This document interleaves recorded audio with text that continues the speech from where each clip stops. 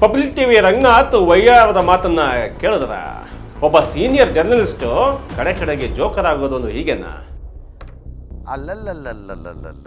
ರಾಹುಲ್ ಗಾಂಧಿನ ಪಪ್ಪು ಅಂದ್ಕೊಂಡು ತಾನೇ ಜನರ ಮುಂದೆ ಪಬ್ಲಿಕ್ ಟಿವಿ ರಂಗನಾಥ್ ಪಪ್ಪು ಆಗಿದ್ದು ಹೇಗೆ? ಇದರ ನಡುವೆ ರಾಹುಲ್ ಗಾಂಧಿ ಮಾಡಿಕೊಂಡ ಮಿಸ್ಟೇಕ್ಸ್ ಏನು? ಇನ್ನೊಂದು ವಾರದ ಗಡುವು ಎಂಬ ಯುದ್ಧದಲ್ಲಿ ಗೆಲ್ಲೋದು ಯಾರು? ಒಂದೊಂದೇ ಅಂಶ ನೋಡ್ತಾ ಹೋಗೋಣಂತೆ. ಕಡೆಯ ತನಕ ಸ್ಕಿಪ್ ಮಾಡದೆ ವಿಡಿಯೋ ನೋಡಿ, ಸಬ್ಸ್ಕ್ರೈಬ್ ಮಾಡಿ, ಶೇರ್ ಮಾಡಿ, ಏನು ಅನ್ನಿಸ್ತು ಅಂತ ಕಾಮೆಂಟ್ ಮಾಡೋದನ್ನ ಮರಿಬೇಡಿ. ರಾಹುಲ್ ಗಾಂಧಿ ಮತ್ತೆ ಪ್ರೆಸ್ ಮೀಟ್ ಮಾಡಿದ್ದಾರೆ. ಈ ಮೂಲಕ ಮತಗಳ್ಳತನ, ವೋಟ್ ಚೋರಿ ಕುರಿತಾಗಿ ಎರಡನೇ ಗಂಭೀರ ಆರೋಪ ಮಾಡಿದ್ದಾರೆ. ಮತಗಳ್ಳತನ ಎಂಬ ಸೀರಿಯಸ್ ವಿಚಾರ ಈಗ ಎಲ್ಲೆಡೆ ಚರ್ಚೆಯಲ್ಲಿ ಇರುವಂತೆ ನೋಡ್ಕೊಂಡಿದ್ದಾರೆ. ಒಂದು ವಿಪಕ್ಷವಾಗಿ ಕಳೆದ 10 ವರ್ಷಗಳ ತನಕ ಅಡ್ಡಡ್ಡ ಉದ್ದುದ್ದ ಮಲಗಿದ್ದ ಕಾಂಗ್ರೆಸ್ ಈಗ ಮೈನ್ ಸ್ಟ್ರೀಮ್ ಮೀಡಿಯಾಗಳು ಕೂಡ ಮೋದಿಯವರನ್ನು ಬಿಟ್ಟು ರಾಹುಲ್ ಗಾಂಧಿ ಕಡೆ ನೋಡುವಂತೆ ಮಾಡಿದ್ದಾರೆ. ಅದೇ ಈಗಿನ ಸಾಧನೆ. ಮುಂದೆ ಮತಗಳ್ಳತನ ವಿಚಾರವನ್ನು ಕಾಂಗ್ರೆಸ್ ಯಾವ ಹಂತಕ್ಕೆ ತಗೊಂಡು ಹೋಗಿ ಯಾವ ಫಲವನ್ನು ನೀಡುತ್ತೋ ಅದನ್ನು ಕಾದು ನೋಡಬೇಕು. ರಾಹುಲ್ ಗಾಂಧಿ ಮೊದಲ ಪ್ರೆಸ್ ಮೀಟು ನಿಜಕ್ಕೂ ಪರಿಣಾಮಕಾರಿಯಾಗಿತ್ತು. ಆದರೆ ಎರಡನೇ ಪ್ರೆಸ್ ಮೀಟು ಸ್ವಲ್ಪ ನಿರಾಸೆ ಮೂಡಿಸುವಂತಿತ್ತು. ಅರ್ಧ ಗಂಟೆ ಅವರ ಪ್ರೆಸ್ ಮೀಟು ಸಾಮಾನ್ಯ ಜನರನ್ನು ಮುಟ್ಟೋದಕ್ಕೆ ಯಾವ ಲಕ್ಷಣಗಳನ್ನು ಕೂಡ ಹೊಂದಿರಲಿಲ್ಲ. ವಿಷಯವೇನೋ ಗಂಭೀರವಾದ್ದೇ, ಆದರೆ ಜನರನ್ನು ಮುಟ್ಟುವಲ್ಲಿ ವಿಡಿಯೋಗಳು ಸರಿಯಾಗಿ ಕ್ಯಾರಿ ಮಾಡುವ ಮಟ್ಟದಲ್ಲಿ ಅದ್ಯಾಕೋ ಸಪ್ಪೆ ಅಂತ ಅನ್ನಿಸ್ತು. ಮೊದಲ ಪ್ರೆಸ್ ಮೀಟು ಏನೋ ದೊಡ್ಡ ಬಾಂಬ್ ಹಾಕಿದ್ದಾರೆ ಅಂತ ಕಾರಣಕ್ಕೋಸ್ಕರ ಸಿಕ್ಕಾಬಟ್ಟೆ ಗಮನ ಸೆಳೆಯಿತು. ಬೆಂಗಳೂರಿನ ಮಹದೇವಪುರ ಕ್ಷೇತ್ರ 1ರಲ್ಲಿ 1 ಲಕ್ಷಕ್ಕೂ ಅಧಿಕ ಮತಗಳು ಆ ಕಡೆ ಈ ಕಡೆ ಆಗಿವೆ ಎಂಬ ಸಂಗತಿಯೇ ಬೆಚ್ಚಿ ಬಿಡಿಸುವಂಥದ್ದು. ಆದರೆ ರಾಹುಲ್ ಗಾಂಧಿ ಇದು ಏನೇನೂ ಅಲ್ಲ, ಮುಂದೆ ದೊಡ್ಡ ಹೈಡ್ರೋಜನ್ ಬಾಂಬ್ನಂತ ಸುದ್ದಿ ಕೊಡ್ತೀನಿ ಅಂತ ಹೇಳಿದರು. ಮೊದಲ ಬಾರಿಗೆ ಮೋದಿ, ಅಂಬಾನಿ, ಅದಾನಿ ಎಂಬ ವಿಷಯಗಳನ್ನು ಸ್ವಲ್ಪ ಸೈಡಿಗೆ ಸರಿಸಿ ರಾಹುಲ್ ಗಾಂಧಿ ಈ ದೇಶದ ಮಹತ್ವದ ಸಂಸ್ಥೆಯಾದ ಎಲೆಕ್ಷನ್ ಕಮಿಷನ್ ಮೇಲೆ ಮುಗಿಬಿದ್ರು. ಒಂದು ಕಾಲಕ್ಕೆ ಎಲೆಕ್ಷನ್ ಕಮಿಷನ್ ಅಂತಂದರೆ ಒಂದು ಹವಾ ಇತ್ತು. ಅದು ಈ ಸಂವಿಧಾನಕ್ಕೆ ಪೂರಕವಾಗಿ ಕೆಲಸ ಮಾಡುತ್ತೆ. ಯಾವುದೇ ರಾಜಕಾರಣಿ, ಯಾವುದೇ ಪಕ್ಷ ಅನ್ನೋದೇ ತನ್ನದೇ ಸ್ವಾಯತ್ತತೆ ಉಳಿಸ್ಕೊಂಡು ತನ್ನ ಕೆಲಸ ಮಾಡ್ತಾ ಹೋಗುತ್ತೆ ಅಂತ ಜನಮಾನಸದಲ್ಲಿ ನಂಬಿಕೆ ಉಳಿಸ್ಕೊಂಡಿತ್ತು. ಜನ ದಶಕಗಳಿಂದ EVM ಬಗ್ಗೆ ಮಾತಾಡ್ತಾ ಇದ್ರು. EVM ಬಳಕೆಯಿಂದಾಗಿ ಚುನಾವಣೆ ಪಾರದರ್ಶಕವಾಗಿಲ್ಲ ಅಂತ ಮಾತಾಡ್ತಾನೆ ಇದ್ರು. ಆದರೆ ಈ ದೇಶದ ಓಟುಗಳು EVM ಒಳಗೆ ಅಲ್ಲ, ಬದಲಿಗೆ ಹೇಗೆ ಹೊರಗೆ ತಯಾರಾಗಿ ಬರ್ತಾ ಇದೆ ಎಂಬುದನ್ನು ರಾಹುಲ್ ಗಾಂಧಿ ಹೇಳಿದಾಗ ದೇಶವೇ ನಿಬ್ಬೆರಗಾಯಿತು.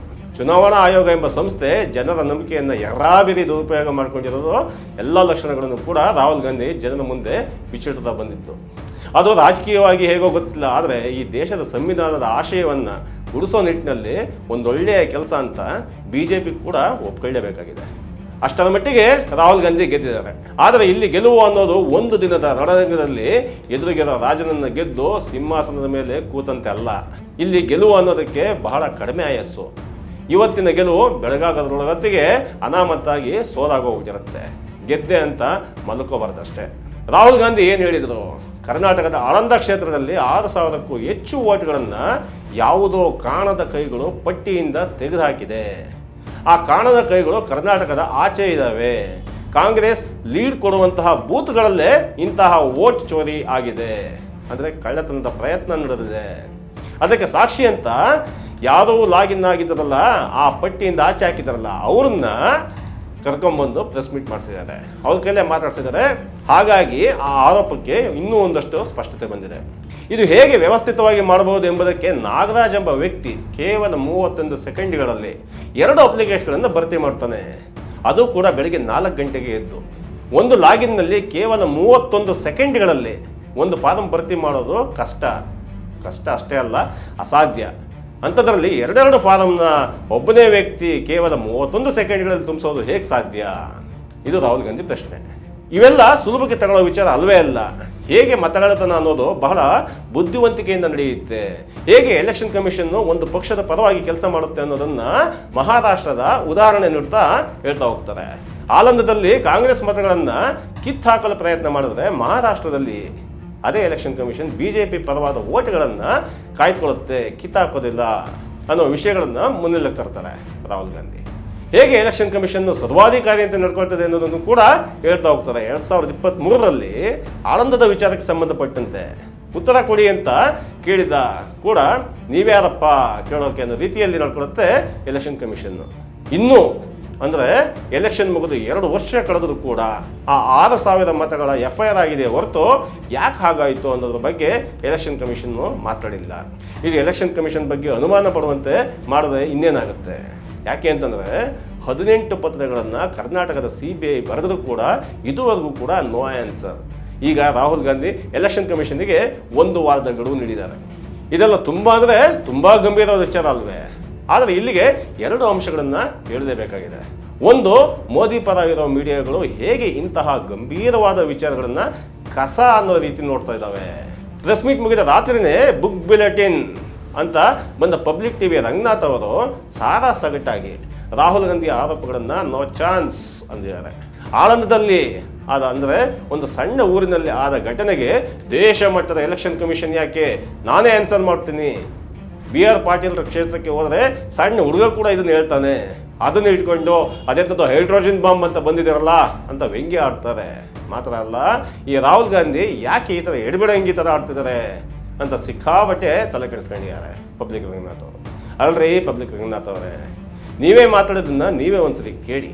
ತಲೆ ಕೂಡ ಇಲ್ದಂಗೆ ಮಾತಾಡಿರೋದು ನೀವಾ ರಾಹುಲ್ ಗಾಂಧಿಯ? ಯಾರೋ ತಾಲೂಕ್ ಲೆವೆಲಿನ ಅಧಿಕಾರಿನೋ ಸಣ್ಣ ಮಟ್ಟದ ಏಜೆನ್ಸಿ ಮಾಡಿರೋ ಅಧ್ವಾನಕ್ಕೆ ಎಲೆಕ್ಷನ್ ಕಮಿಷನ್ ಯಾಕೆ ಉತ್ತರ ಕೊಡಬೇಕು ಅಂತ ಕೇಳಿದಿರಿ. ಈ ಪ್ರಶ್ನೆ ಕೇಳೋಕ್ಕೆ ನೀವು 40-50 ವರ್ಷ ಜರ್ನಲಿಸಮ್ ಅಲ್ಲಿ ಇರಬೇಕಾಗಿತ್ತು ರಂಗಣ್ಣವರೇ. ಹೇಗೆ ದಲಿತ ಮುಸ್ಲಿಂ ಓಟ್ಗಳು ಈಗ ಕಾಂಗ್ರೆಸ್ ಕೈಯಲ್ಲಿ ಮಾತ್ರ ಇಲ್ವೋ, ಹಾಗೆ ಮೀಡಿಯಾಗಳು ಕೂಡ ಮತ್ತು ಅದರ ಟ್ರಯಲ್ಗಳು ಕೂಡ ಈಗ ನಿಮ್ಮ ಕೈಯಲ್ಲಿ ಇಲ್ಲ. ಮಾಧ್ಯಮ ಕ್ಷೇತ್ರ ಬಹಳ ಮುಂದೆ ಹೋಗ್ಬಿಟ್ಟಿದೆ. ಈಗ ಮೋದಿ ಪರವಾಗಿ ಮಾತಾಡಿದರೆ ಮಾತ್ರ ಚಾನಲ್ ನಡೆಸೋಕ್ಕಾಗೋದು, ರಾಹುಲ್ ಗಾಂಧಿನ ಲೇವಡಿ ಮಾಡಿದರೆ ಮಾತ್ರ ದುಡ್ಡಾಗೋದು ಅಂತ ತಮ್ಮ ಅದಷ್ಟು ವರ್ಷಗಳನ್ನು ತುಂಬ ಕಷ್ಟಪಟ್ಟು ದೊಡ್ಡ ದೊಡ್ಡ ಜನರ ಜೊತೆ ಕಲಿತ ಪತ್ರಿಕೋದ್ಯಮವನ್ನು ಮರ್ತೇ ಬಿಟ್ರಲ್ಲ ರಂಗಣ್ಣ. ಆದರೂ ನಿಮ್ಮ ಹಾವ ಭಾವ ಶೈಲಿ ಆಲ್ರೈಟ್ ಮುಂದಕ್ಕೋಣ ಅಂದ್ಕೊಂಡು ವಿಚಿತ್ರವಾಗಿ ಮಾತಾಡೋದನ್ನ ಜನ ರಾತ್ರಿ 9 ಗಂಟೆಗೆ ಮನರಂಜನೆಗೆ ಅಂತ ನೋಡ್ತಾರೆ. ನಿಮ್ಮನ್ನು ಜನ ಗಂಭೀರವಾಗಿ ತಗೊಳ್ದೆ ಜೋಕರ್ ಥರ ಹೇಗೆ ಮತ್ತೆ ಯಾಕೆ ನೋಡಬೇಕು ಅನ್ನೋದನ್ನು ನೀವೇ ತೋರಿಸ್ಬಿಟ್ಟಿದ್ದು, ಅದು ನೀವೇ ಸೆಟಪ್ ಮಾಡಿದ ನೆರೇಷನ್ನು. ನಿಮ್ಮನ್ನು ಫಾಲೋ ಮಾಡೋ ಜನಕ್ಕೆ ರಾಹುಲ್ ಗಾಂಧಿ ಹೇಳ್ತಿರೋದ್ರಲ್ಲಿ ಅರ್ಥ ಇದೆ, ಇದರಲ್ಲಿ ಏನೋ ಮರ್ಮ ಇದೆ ಅನಿಸ್ತಲ್ಲೇ ಇರುವಾಗ ನೀವು ಎಲೆಕ್ಷನ್ ಕಮಿಷನ್ ಏಜೆಂಟ್ ಅಂತೆ ಮಾತಾಡೋದನ್ನ ನೋಡಿ ಇಡೀ ರಾಜ್ಯ ಕೇಳಿಸ್ಕೊಂಡಿದೆ. ಹೀಗಿದ್ದಾಗ ನಿಮ್ಮನ್ನು ಇನ್ನೂ ಪತ್ರಿಕೋದ್ಯಮದ ಜೋಕರ್ ಅಂತೆ ಬೇರೆ ಇನ್ನೇನು ಕರಿಬೋದು ಹೇಳಿ. ಇದರಲ್ಲಿ ರಾಹುಲ್ ಗಾಂಧಿಯದ್ದು ಕೂಡ ತಪ್ಪಿದೆ. ತಾನು ಮಾತಾಡ್ತಾ ಇರೋದು ಎಂತಹ ಗಂಭೀರವಾದ ವಿಚಾರ ಅನ್ನೋದು ಗೊತ್ತಿದೆ. ಇದರಿಂದ ಇಡೀ ದೇಶದಲ್ಲಿ ಬದಲಾವಣೆ ಆಗ್ಬೋದು ಅಂತ ಕೂಡ ಅನಿಸಿದೆ. ಆದರೆ ಈ ಕಾಲದಲ್ಲಿ PPT ಶೋ ಮಾಡಿಕೊಂಡು ನೀರಸವಾಗಿ ಮಾತಾಡೋದು ವರ್ಕೌಟ್ ಆಗೋದಿಲ್ಲ. ನಾ ಈಗ ಮಾತಾಡ್ತಾ ಇದ್ದೀನಲ್ಲ, ಈ ಥರ ನೀರಸ ಆದರೂ ಕೂಡ ನಡೆಯಲ್ಲ. ಏನಿದ್ರು ಮೋದಿ ಥರ ಹಾವಭಾವ ಇರಬೇಕು, ಅವರನ್ನು ಮೀರಿಸೋ ಅವರ ಶಿಷ್ಯ ಪಡೆ ಅರ್ನಾಬ್ ಗೋಸ್ವಾಮಿ, ಇದೇ ಪಬ್ಲಿಕ್ ರಂಗನಾಥ್, ಅಜಿತ್ ಹನುಮಕ್ಕನವರ್ ಮುಂತಾದವರ ಹಾವಭಾವ ಕೂಡ ಬೇಕು ರಾಹುಲ್ ಗಾಂಧಿ ಅವರಿಗೆ. ಇದು ಮಾತಿಗೆ ಮೋಡಿ ಮರಳಾಗೋ ಕಾಲ. ಇದು ಸತ್ಯವನ್ನು ರಂಜಿತವಾಗಿ ಹೇಳೋಕ್ಕಾಗಲ್ಲ. ಇದು ಸತ್ಯದ ಪ್ರಾಬ್ಲಮ್. ನೀವು ನೀರಸ ಅನ್ನುವಂತೆ ಮಾತಾಡ್ತಾ ಇದ್ದೀರಿ ಅಂತಂದರೆ ಸತ್ಯವನ್ನೇ ಹೇಳ್ತಿರ್ಬೋದು. ಆದರೆ ರಂಜಕವಾಗಿ ಅತಿರಂಜಕವಾಗಿ ಸುಳ್ಳುಗಾರ ಮಾತ್ರ ಮಾತಾಡ್ಬೋದು. ಅವನು ಮಾತ್ರ ಮೈಗೂಡಿಸ್ಕೊಡೋಕಂತ ಕಲೆ ಇದು. ಅದಕ್ಕೆ ನಿನ್ನೆ ರಾತ್ರಿಯ ಪಬ್ಲಿಕ್ ರಂಗನಾಥ್ ಅವರೇ ಸಾಕ್ಷಿ. ಅದಕ್ಕೆ ನೀರಸವಾಗಿ ಮಾತನಾಡಿದ ನೀವು ಕೂಡ ಸಾಕ್ಷಿ ಆಗ್ತೀರ. ಒಂದಂತೂ ಸ್ಪಷ್ಟವಾಗಿ ಹೋಗಿದೆ, ನೀವು ಕೇವಲ ಎಲೆಕ್ಷನ್ ಕಮಿಷನ್ ಇಟ್ಕೊಂಡು ಹೋದರೆ BJP ನಿಮ್ಮನ್ನು ಇನ್ನು ಒಂದೇ ಒಂದು ಅಂದರೆ 3ನೇ ಬಾರಿ ಪ್ರೆಸ್ ಮೀಟಿಗೆ ಕಟ್ಟಾಕ್ಬಿಡುತ್ತೆ. ಯಾಕಂದರೆ ನೀವು ಏನು ಹೇಳಕ್ಕೆ ಹೊರಟಿದ್ದೀರಾ, ಏನು ಮಾಡಕ್ಕೆ ಹೊರಟಿದ್ದೀರಾ ಅನ್ನೋದು ಈಗಾಗಲೇ ಅರ್ಥ ಆಗೋಗಿದೆ. ನಿಮ್ಮ ಮುಂದಿನ ಪ್ರೆಸ್ ಮೀಟ್ ಏನು ಅಂತ ಗೊತ್ತಾದ ಮೇಲೆ ನೀವು ಮತ್ತೆ ಅದೇ ಸ್ಟೆಪ್ ಮೇಲೆ ನಿಂತ್ಕೊಂಡು ಡ್ಯಾನ್ಸ್ ಮಾಡ್ತಿರೋ, ನೀರಸವಾಗಿ ಮಾತಾಡ್ತಿರೋ, ಏನು ಮಾಡೋದು ಕೂಡ ಫಲ ಕೊಡೋದಿಲ್ಲ, ಗೆಲ್ಲಕ್ಕಾಗೋದಿಲ್ಲ. ಅಷ್ಟಕ್ಕೂ ನೀವು ಗೆದ್ದೇನಾಗಬೇಕಾಗಿದೆ, ಮೋದಿ ಗೆದ್ದೇನಾಗಬೇಕಾಗಿದೆ. ನಮ್ಮ ದೇಶದ ನಂಬಿಕೆಗೆ ಅರ್ಹವಾದ ಸಂಸ್ಥೆಗಳು ಯಾವುದೋ ಒಬ್ಬನ ಅಥವಾ ಒಂದು ಪಕ್ಷದ ಗುಲಾಮಗಿರಿ ಮಾಡೋದನ್ನು ಸಹಿಸಬಾರ್ದು ಅಷ್ಟೇ. ಆ ನಿಟ್ಟಿನಲ್ಲಿ ಪ್ರಬಲ ವಿರೋಧ ಪಕ್ಷವಾಗಿ ಕೆಲಸ ಏನೋ ಮಾಡ್ತಿದ್ರಿ. ಕನಿಷ್ಠ 10 ವರ್ಷ ಆದಮೇಲಾದರೂ ಹೇಗೆ BJPಯನ್ನು ಹ್ಯಾಂಡಲ್ ಮಾಡೋದು ಅನ್ನೋದನ್ನು ಕಲ್ತಿದ್ದೀರಿ. ಆದರೆ ನಿಮ್ಮ ಕಲಿಕೆ ಎಲೆಕ್ಷನ್ ವಿಚಾರದಲ್ಲಿ ಇನ್ನೂ ಮಾಗಬೇಕು. ಎಲೆಕ್ಷನ್ ಕಮಿಷನ್ನೇ ಆರೋಪಿ ಅಂತಾಗಿ ಅದರ ಮೇಲೆ ವಿರುದ್ಧ ಬಾಂಬ್ ಹಾಕಲು ಹೊರಟ ಮೇಲೆ ನಿಮ್ಮ ನೆರೇಷನ್ನು ಖಂಡಿತವಾಗಿಯೂ ಬದಲಾಗಲೇಬೇಕಾಗಿದೆ. ಧನ್ಯವಾದಗಳು.